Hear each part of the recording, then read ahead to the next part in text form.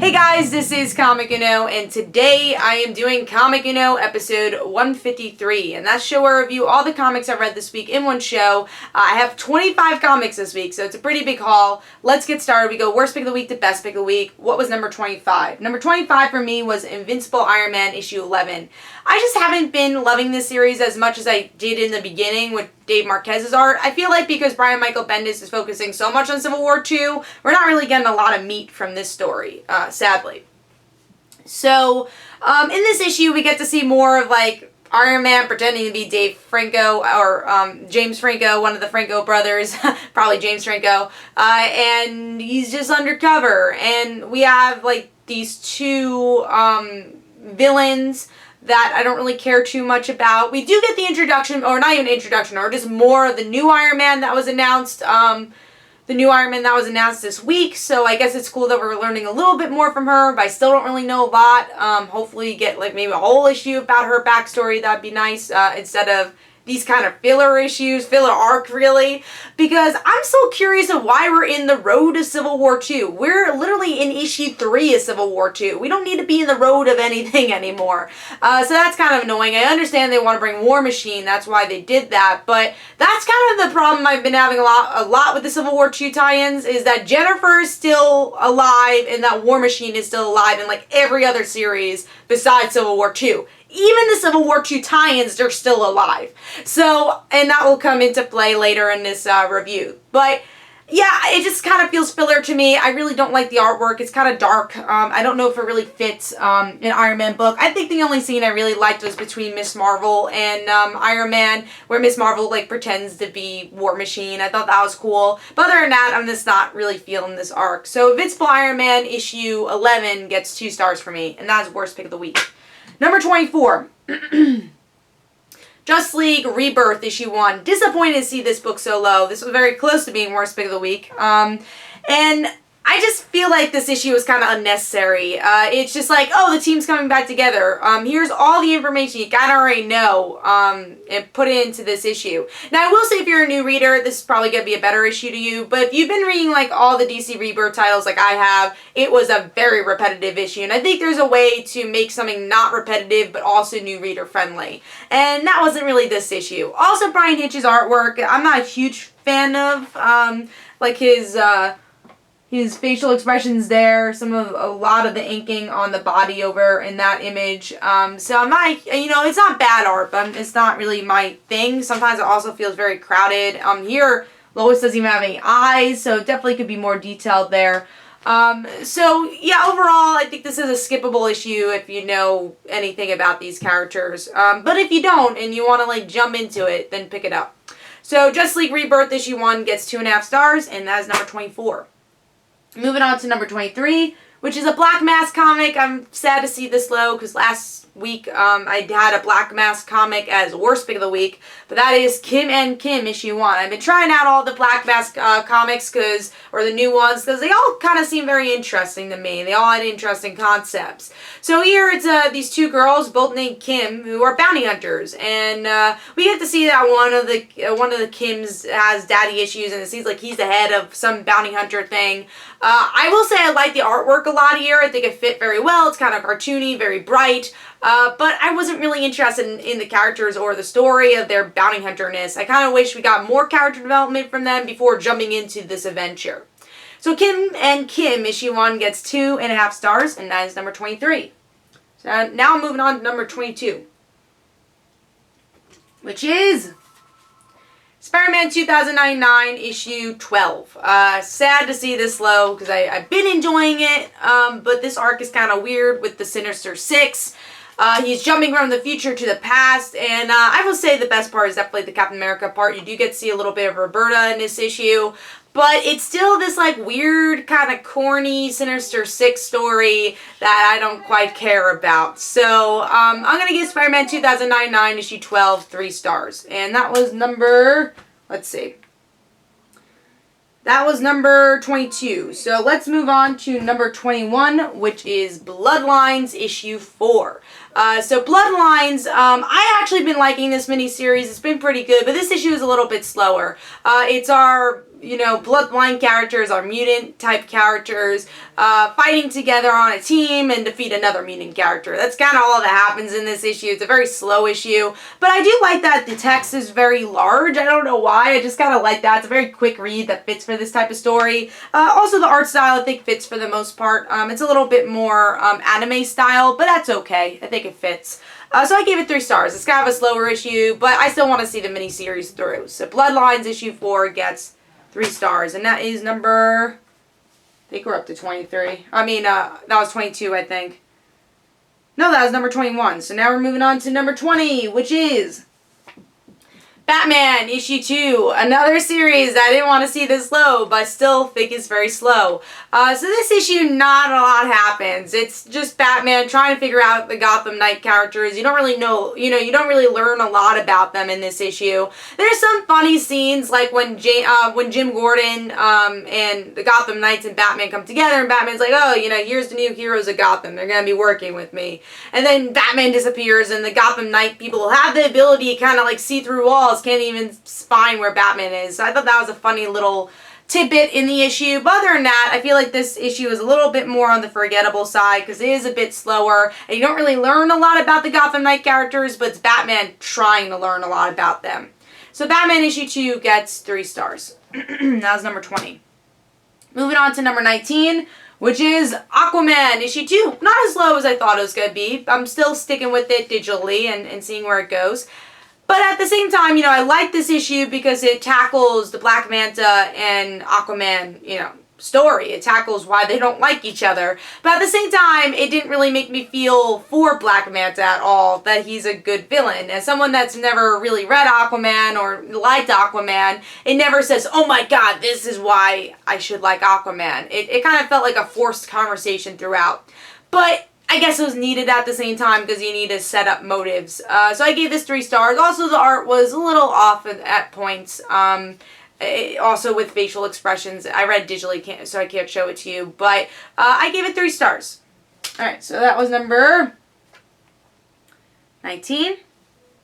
Moving on to number 18, which is Star Wars Han Solo issue 2. This is a little lower, well actually a lot lower than the first issue. First issue definitely had more story, but this is still fun. It's more of an action issue, and I think Brooks's artwork is just gorgeous. It works so much for, the first half of the issue, which is just flying, and I think it looked amazing. A lot of the panel working, and again, facial expressions looked awesome, so everything looked really shiny. I like that. Everything looked really bright and shiny. So I enjoyed it. It's Han Solo being captured by one of the stormtroopers, and that's pretty much it though. It's not like very heavy on story. It's more of an action issue of him like doing this whole entire this race, and then they take a little break, and then they meet some people. But it's fun because you're also like digging a little bit deeper into Han Solo's character. It's like, why is he like helping the rebellion? Like, he used to just be a smuggler, now he's like becoming more. So I gave it 3.5 stars. Han Solo issue 2. That was number 18. Moving on to number 17, which is Green Arrow issue 2. So this is still a series that's kind of middle ground for me because I still have like problems with it because it's still New 52-ized, I feel. But it's getting better. I mean, we see a little bit of Black Canary here. We're learning a little bit more about Emiko, who's Oliver's sister. Like, why is she teaming up with Shadow? Does she even feel for her brother? And it's pretty much Oliver just trying to survive him being dumped into the water, and some of his friends helping him out. So it's definitely a slower issue, but I still think the artwork's gorgeous, and we'll see where the story goes. So I gave Green Arrow issue 2 3.5 stars. So that was number 17. We are moving on to number 16, which is Vampirella issue 5, which it's kind of the end of this story arc, and I'm guessing we're going into the next issue because it looks like we do have another arc. I thought it was going to be a mini-series. I'm glad that it looks like it's going to be an ongoing. And it ends the arc pretty well. Vampirella defeats the villain, and she uses a lot of her vampire skills. Her friends help her out. And now, she's kind of stepping away from Hollywood and doing her own thing, hunting monsters, and that's the end. It's kind of a simple ending, kind of a little bit of a generic ending, but I like the characters, still very interested in the series, so Vampirella issue 5 gets 3.5 stars. And that was number 16. Moving on to number 15, which is Grimm Fairy Tales issue 124, the penultimate issue before the last issue of this very long-running indie title, Grimm Fairy Tales. Now, I will say the beginning with the whole villains in the issue, I didn't really care about. I still don't really care about the villains that much. But I really, really liked the cliffhanger, and also the students and their story. Because in the cover you see that someone's gonna die, and you think it's gonna be Haley because she's the one who wants to die. But then you find out it's Wolf, and out of all the characters, you know, he's definitely the one who grew the most and the one who had the connection with a lot of the students. So it's the one that made sense, but also it hit you, you know, hit you hard in the end. It's like, oh my God, Wolf is gone. And especially because the person he loved passed away and he wants to be with her.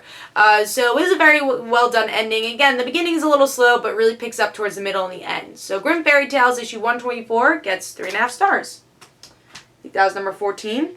That was number 15. Now we're moving on to number 14, which is Totally Awesome Hulk, issue 8, which I like seeing all the Hulks together. It was She-Hulk, Bruce Banner, Amadeus, and Amadeus is still trying to control his own Hulk, and everyone's like trying to comfort him, and Bruce is just happy that he has the flu, and that's most of the issue. Now, I like Bagley's art, but I do feel like it's usually a little bit more detailed in other stories, or sometimes I wish it was more detailed. I don't know if it fits totally for Hulk, yeah, it's definitely Bagley's art. Or at least someone who looks very similar to Bagley's art. I'm pretty sure it's Bagley. And the one problem I really had about this issue is that this is a Civil War II tie-in, and Jen's still alive. Jen died in Civil War II issue 1, and I don't really understand why they keep doing these tie-ins if the timeline is like not right in any of these tie-ins. I mentioned that with my worst pick of the week, and I'm mentioning that again. That was a big problem I had with this issue. But, like I said, it was cool seeing all the Hulks together. I don't know if it's still not really hooking me totally. I don't know how long Hulk will be on my pull list, but I am going to give this 3.5 stars. And that was number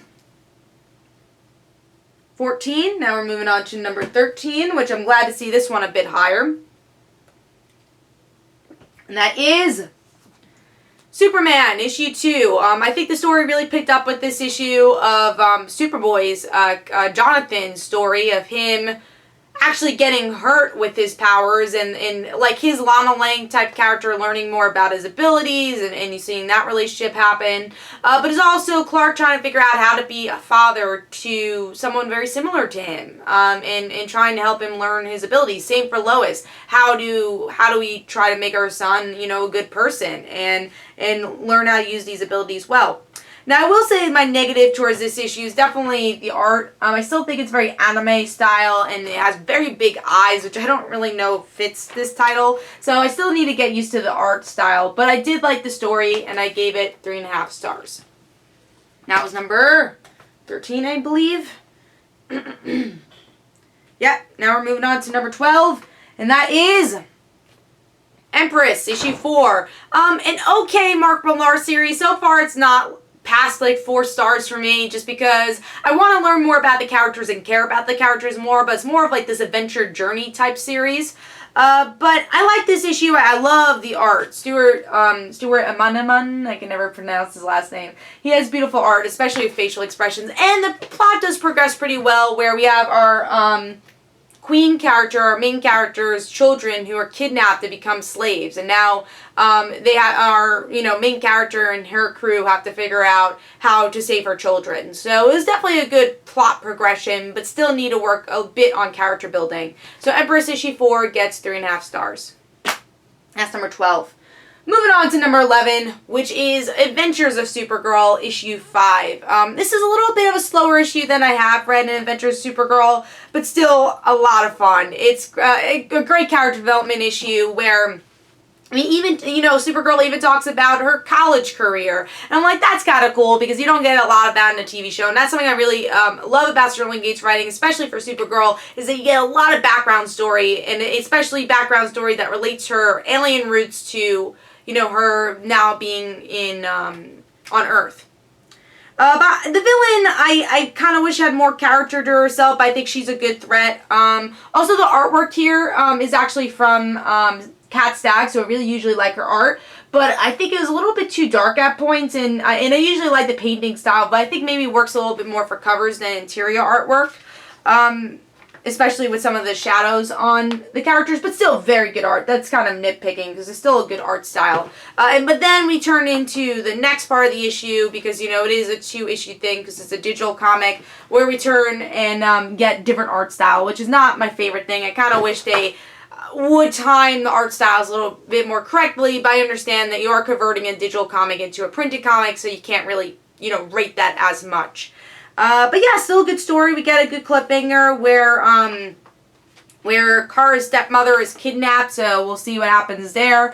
Relating the family very well in the issue, and yeah, I really like a lot of the emotional moments. There's even a moment where Kara talks to her mother, and it's very much a parallel to conversations we've seen on the TV show, and that's great, where you have a tie-in to the TV show connected so much that you can actually see the visual from the show, and like Melissa saying those things.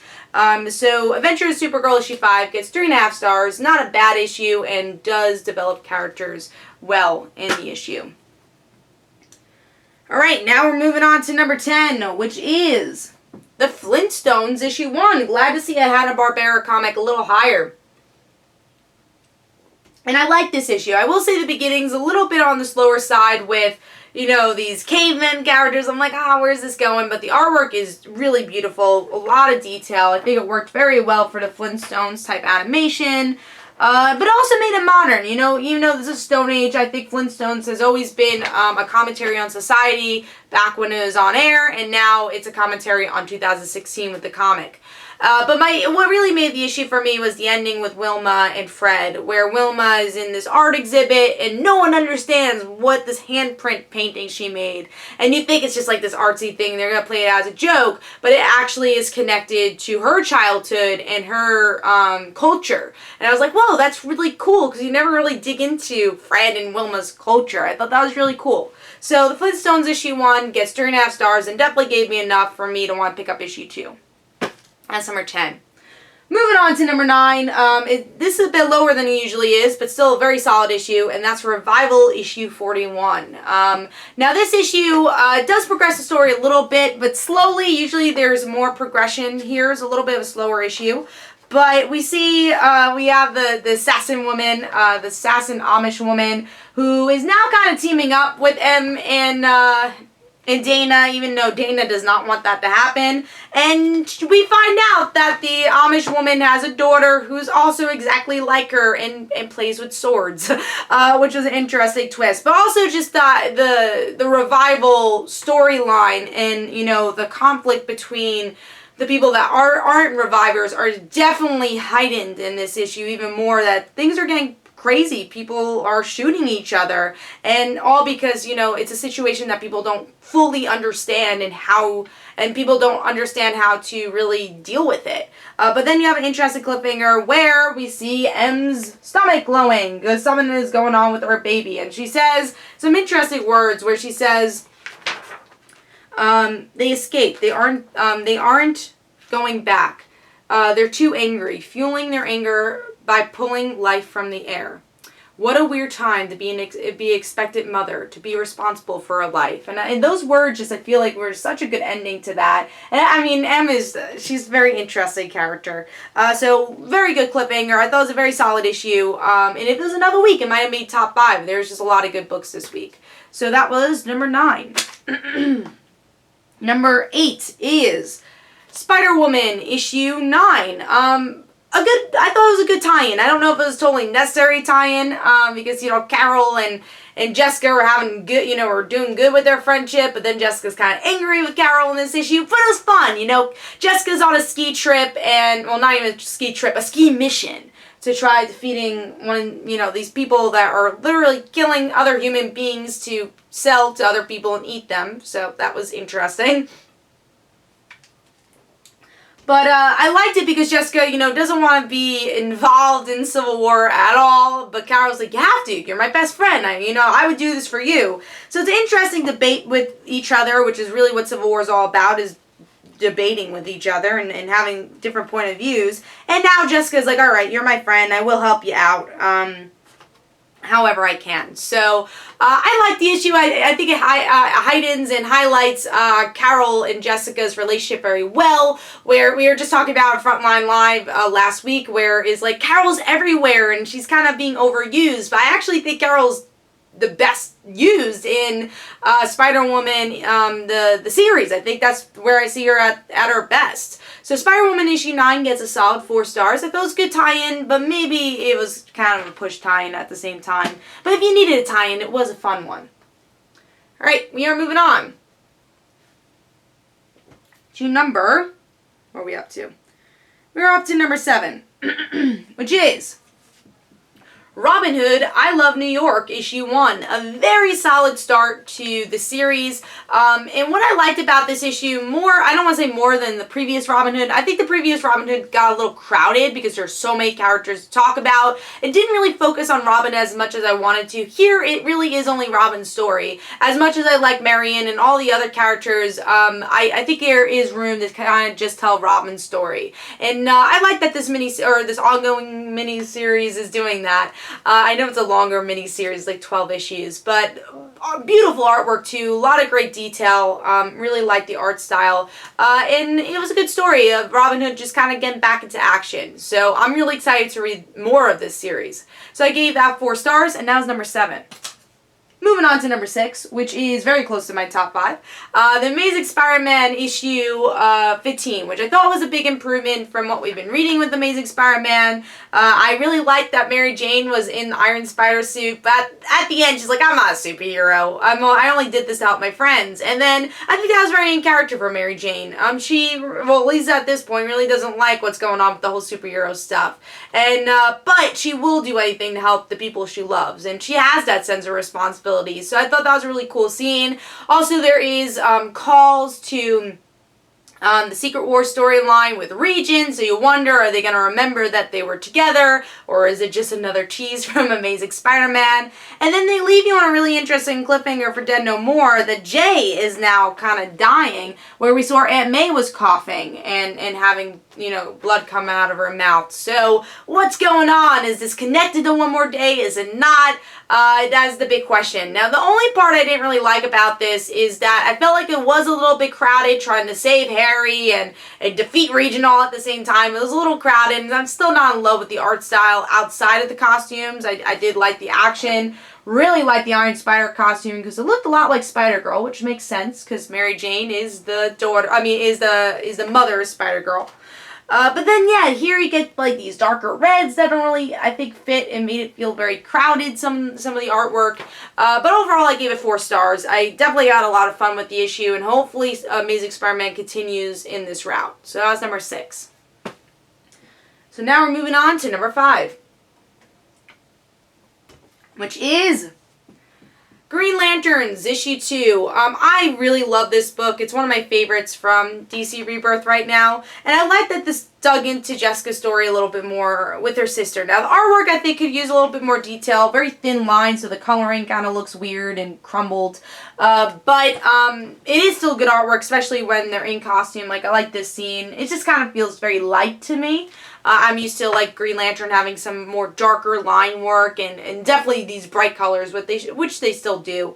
But yeah, I like this issue because Jessica, you know, still analyzing that she hates, you know, crowds and everything, and she doesn't have a lot of willpower, but the Lantern Ring chose her for a reason. And they have a really awesome flashback with her and her sister discussing about the Lantern Ring finally, because that's also another part I like.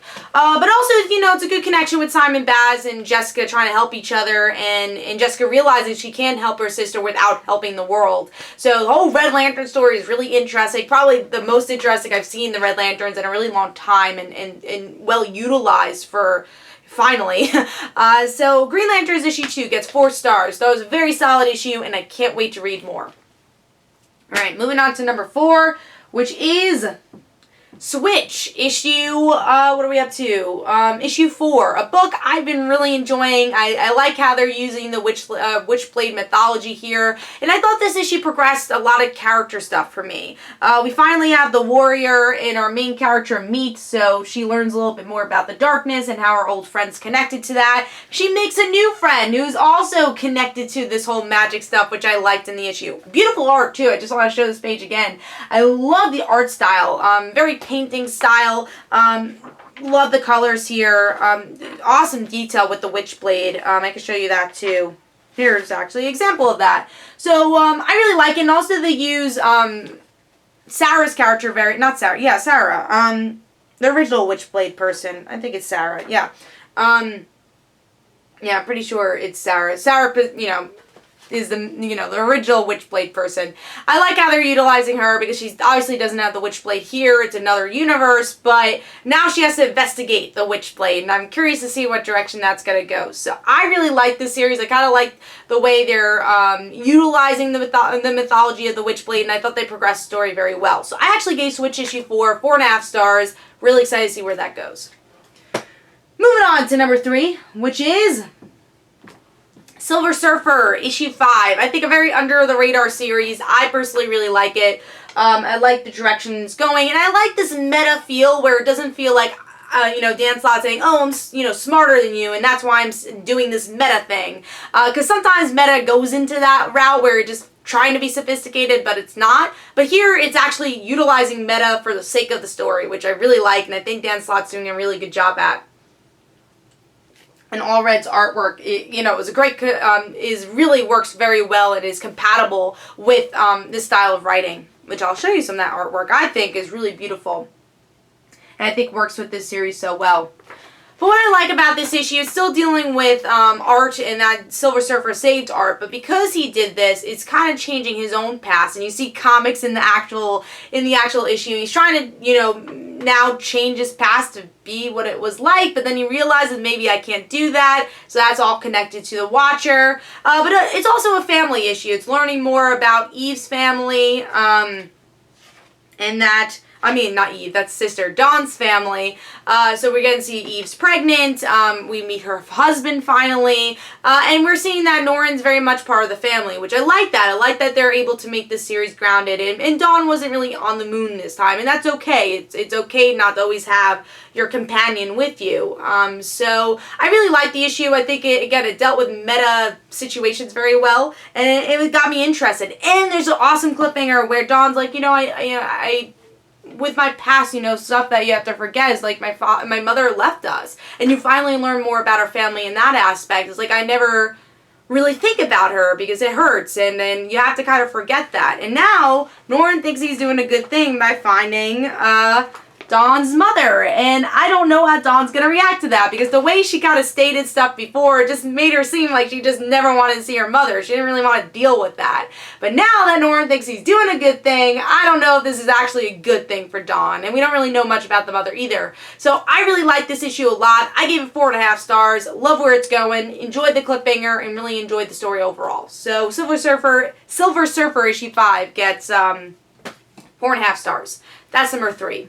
Moving on to number 2, which is Injustice Gods Among Us, Year 5, Issue 13, another high issue for Injustice Gods Among Us, dealing with Alfred's death. This is very much the aftermath of Bruce dealing with his grief, and Damian dealing with his in different ways, where Damian wants revenge on the killer, and Bruce says, we can't do that or else we become Clark, and Damian's like, why is that a bad thing? And then we learn that actually Flash might not be on the side of Clark like we thought. And it's Bruce dealing with his feelings. And then this tearjerker moment in the end where he goes to the funeral for Alfred. In the last issue, they're dealing with Alfred saying, oh, I'll never tell you my birthday. Now Bruce is like, I'm going to find out one day. And then, Barbara's walking Bruce to the funeral, and he's holding up the piece of paper, his birth certificate of Alfred. And Barbara's like, you knew the whole time? He's like, yeah, and Alfred knew too, because let me see the exact line he said. He said, Alfred knew everything. Absolutely, Alfred knew everything. And it's like, that was such a good moment. I think, again, Injustice Gods Among Us is at its best when it's not just dealing with Superman versus Batman. It's when it's dealing with the ethical question of that, and also the character development, because that is when the series is at its best, and the whole Alfred thing really, you know, it struck home. It's probably one of the best arcs I've read in a while for Injustice Gods Among Us. So I gave this issue 4.5 stars, and that was number 2. Moving on to pick of the week, number 1 is Paper Girls, issue 7. I love this series. I'm enjoying the hell out of it. And with this issue, we learn a little bit more about future Erin, that she has anxiety problems, that she takes a lot of personal days off. And small Erin, you know, our main character Erin, you know, she's not very happy with her future self. And she actually feels a little embarrassed about her. It's like, all right, you know, I'll deal with her, guys. Don't worry. It's like that, you know, embarrassing friend you have. And she's like, you know, I'll deal with it. I'm sorry that happened, guys. So I like how our main character, Erin, kind of deals with that. And we still have the alien Erin going around, and we're learning a little bit about her. And we have these monsters that are somehow connected to everything. So I'm curious about that. Hold on, let me see if I could. Here's the picture of the monster. So who knows what this monster thing is. But yeah, we get to see future Erin and smaller Erin connect with each other and get to talk about each other. And small Erin saying, I'm not disappointed in you at all. You know, things happen. But at the same time, I don't think this is our future. I don't think this is the right future. And that's interesting because I feel like this future is very similar to our present. So it's interesting that it's not this apocalyptic world type thing. It's kind of similar to 2016. And you're seeing this point of view of what people would think of it in 1980. But another great part of the issue is the cliffhanger, where we see Tiffany and Mac, they try to say, hey, let's find our future selves, because this other future Erin is not really doing much for us. And then Mac finds out that she died of cancer in 1992, so just a couple of years after she died. And Mac is just kind of in shock. It's not like, oh my god, that happened. She's just like, paper subscription. So I like the reaction of how Brian Vaughn did that. So I love the issue. Really a lot of great character development and world building, which Paper Girls is great at doing, and beautiful artwork too. I love the purples and just the coloring of the whole book, and facial expressions done so well. So Paper Girls issue 7 gets 4.5 stars, and that's my pick of the week. Hopefully you guys enjoyed. Let me know in the comments below what was your pick of the week, your worst pick of the week, and everything in between. This is Comic Uno, and I'll see you guys later. And of course I'll have Comic Uno episode next week. Don't forget to follow me on Twitter. Don't forget to like my Facebook page. Also, description below, there are links to my comic book, Like Father, Like Daughter. And don't forget to like the Facebook page of Like Father, Like Daughter. And I'll see you guys later.